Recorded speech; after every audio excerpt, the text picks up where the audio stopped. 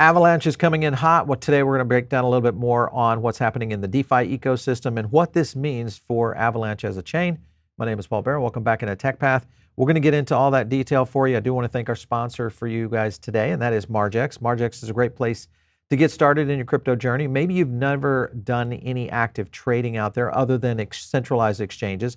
Well, try Margex out. This is one of the places that if you're brand new, they've built this for you guys, so it makes it very simple for a beginning trader. Of course, I've got XRP up there right now, but you can go into a variety of tokens. And of course, one of the things you can do is you can do this thing called copy trading.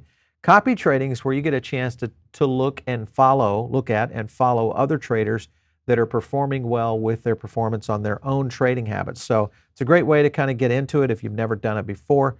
Use our link once you're logged in, and you're going to be able to get some additional benefits by just using our code down below. Check it out. All right, let's go over to a couple of the topics I want to hit on. The main thing here, and that is big news right here. Mainnet launch happening on December 16th. Looks like we are now live or going to be live very soon. Once the mainnet is launched, you're going to see a lot of these projects starting to move. You're going to see all these projects out there. There's Dexalot, Shrapnel, Meld, Gunzilla. The key here is this is going to reduce costs, which means an absolute boom in terms of opportunity for everything from e-commerce, every kind of project you can imagine that is rolling out, including gaming, on Avalanche. All right, so here's all of the L1s. These are essentially the individual chains that reside. That is one of the key strategies that makes Avalanche so unique. All of these are going to be launching pretty much at the same time, so a huge explosion overall. Here's Haney, and I think you guys probably remember us doing a coverage on TYB some time ago. This is a retail concept that is, I think, going to be one of the bigger ones that really start to expose the features of Avalanche. And she posted up here on Twitter, congrats on the Etna upgrade. We're filling it. And mainly what she's talking about is the cost. So going from 25 to 28 Gwei to now about 3. And that, of course, is in testing. So we're going to see this in production soon. This gets down to the whole point, reduction in fees for all of these projects. Huge. We had our biggest day and New Year's in coin redemption this week on the platform ever by far. And you can kind of see just the growth that they've had right there, 341% in codes redeemed. So granted, this is kind of a Black Friday thing.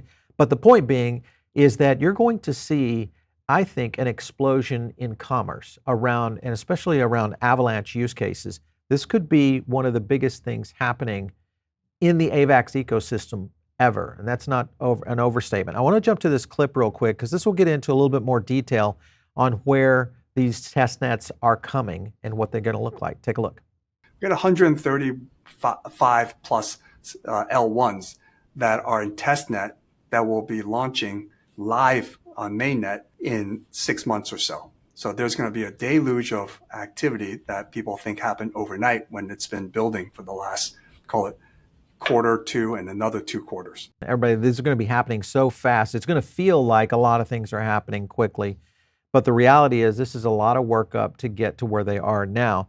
One other thing that is interesting here is these private chains that are working with Avalanche. And because you don't see these, most likely we won't see those going live. I think what we'll see is more of this retail concept from testnets going live first, and then you're going to see things like this. So Citi, JP Morgan, Fidelity, Swift, and even Franklin Templeton. There's all of the banking connections here that I think are looking at where the future of Avalanche is going. All right, when you take a look at DeFi Llama here, this is kind of getting into the overall transactions. Remember back in March, everybody understands when that happened. That's when we saw our first high of Bitcoin, but also we saw a $60+ or Avalanche. So you look at that transaction layer and then where we are right now, this could be the beginning of an explosion of transactions, especially when you time this into the launches of these L1s. All of this very bullish for Avalanche. Here's another one right here, breaking.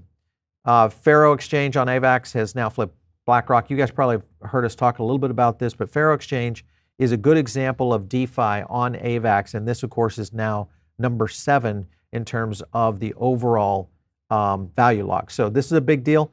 I'll show a little bit more about this. I want to go to a clip real quick, though. This will get into John Woo talking a little bit of where Larry Fink is heading and why it's so important that his strategy is working. Take a look.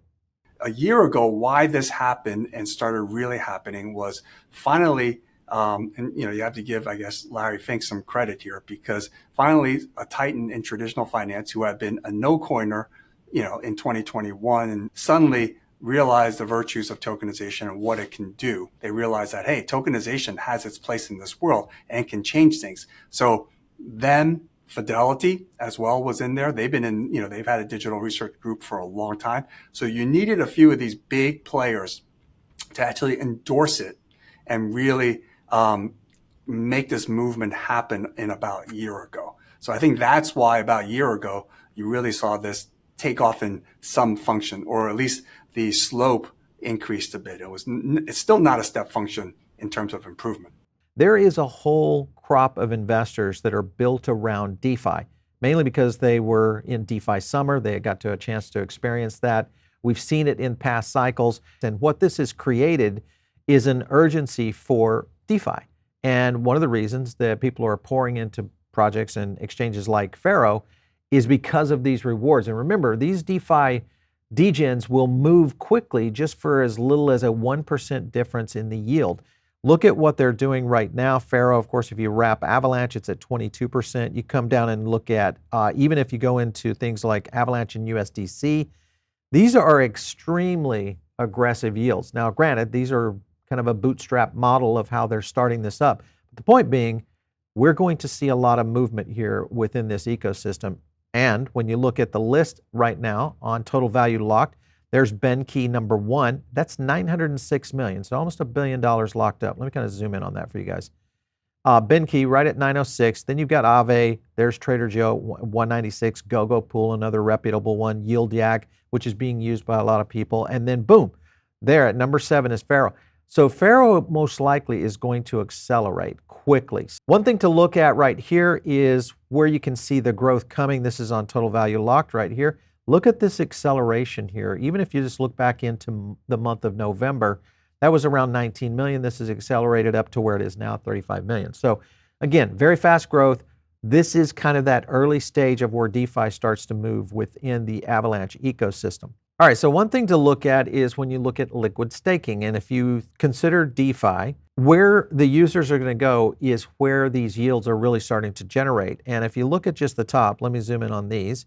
You're going to recognize a lot of these as Solana, Ethereum, and number 13 holding in right there is Benkey. That's the first exchange, or excuse me, DeFi platform and leading the way right now in Avalanche. So we're going to see, I think, Avalanche starting to really start to see an acceleration in DeFi. Now, with all that being said, many people always ask, where do you trade these tokens? Where can you get to them? This, of course, is one of those. Dexalot, Aerodrome, both we've talked about quite a bit. Both of these, again, are also accelerating, mainly because of the Avalanche ecosystem as a whole that is really starting to move. So we could be on the very verge of some pretty big movement. One thing to note also, if you just look at DeFi Llama, here is some of these DEXs and the aggregators. And of course, we're starting to see the first real upward trend. So this, of course, gets into DeFi, meme coins, etc.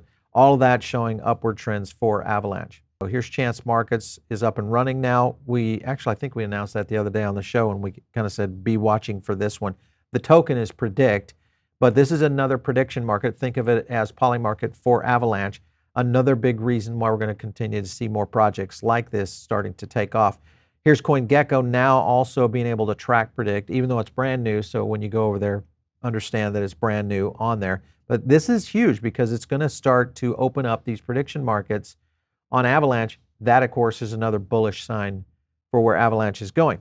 One other thing to hit on from the gaming side of things, this is Shatterline, which is getting ready to go live on the Epic Game Store December the 5th, another first-person shooter that will be maybe as popular, we'll see, as Gunzilla and what we saw with Off the Grid. So again, gaming ecosystem, very, very positive on Avalanche. One other thing I want to take a look at is Retro 9000. If you guys remember, we covered a little bit about this. This is kind of like an incubator of sorts. So they're helping to foster the growth. These are companies that are not even in the subnets yet.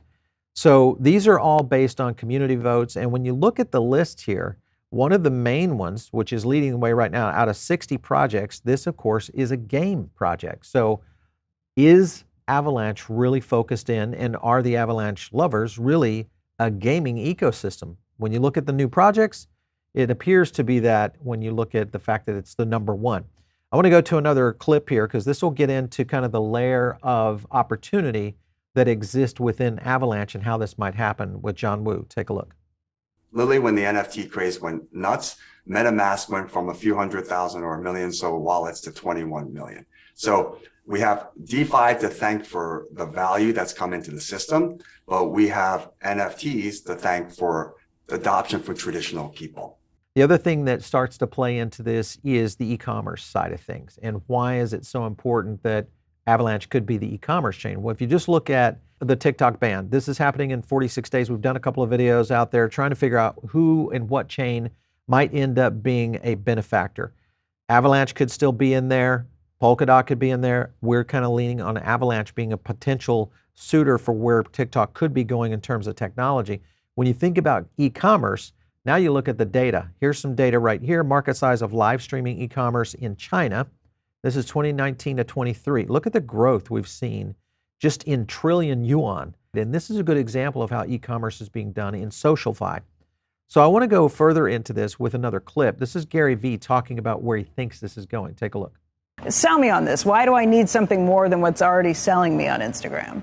Unbelievable amounts of people making over $1 million a month already on TikTok live shopping. Those are vendors. Those are essentially companies selling. No, they're influencers. You're saying influencers are making $1 million a month? Yes and yes, right? So they have a product. Yes, as well to that. And hawking a product. Yes, to that as well. This is going to be massive. Do the social media companies make money on this? Yes. This has been going on for a decade in China. I've literally been waiting for 10 years for this. There's no shot in 2025. I can't wait to come back in 6 to 12 months when this happens. There's no shot that Meta, TikTok, YouTube, Google are not going to be yelling and screaming about this. X will have this. This is too big. It's happened. Who's the best at it so far? TikTok. Yeah. And it's not even Tell close. us today. The battleground on social will impact every single stock on the market. If blockchain connects to TikTok and this has the leading way, well, then you see the future of where this is going. And of course, Avalanche could be right there in the center of this. What he thinks is the transition is now occurring. Timing is very interesting because you got blockchain starting to align up with social. You've got social possibly shifting into the use case of blockchain, whether we see it on X, TikTok, Meta, or others. I think you're going to see a huge rush in on this. And he's exactly right. This is going to get into some interesting points because it's going to enable small brands. I hate to keep mentioning TYB, but that's a good example as a use case. But small brands, influencers, personalities, celebrities, etc., all starting to shift to the blockchain because that will be the way that e-commerce is done. Further out, if you look at what TYB was talking about right now, brands are using TYB to increase sales on Black Friday, Cyber Monday. Good example right there, before and then after. And of course, if you look at the value of blockchain in general, everybody always says, well, where's Avalanche going? Let's just look at a conversion here.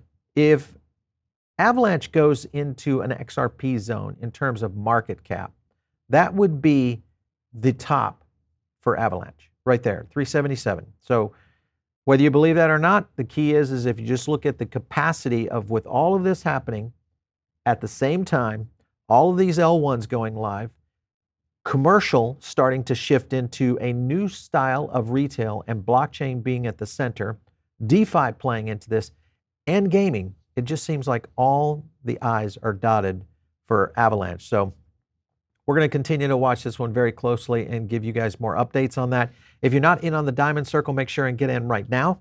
It's one of the greatest places to catch additional content. We make it really easy for you. Just click the link down below. Follow me out there on X at Paul Barron. We'll catch you next time right here on TechPath.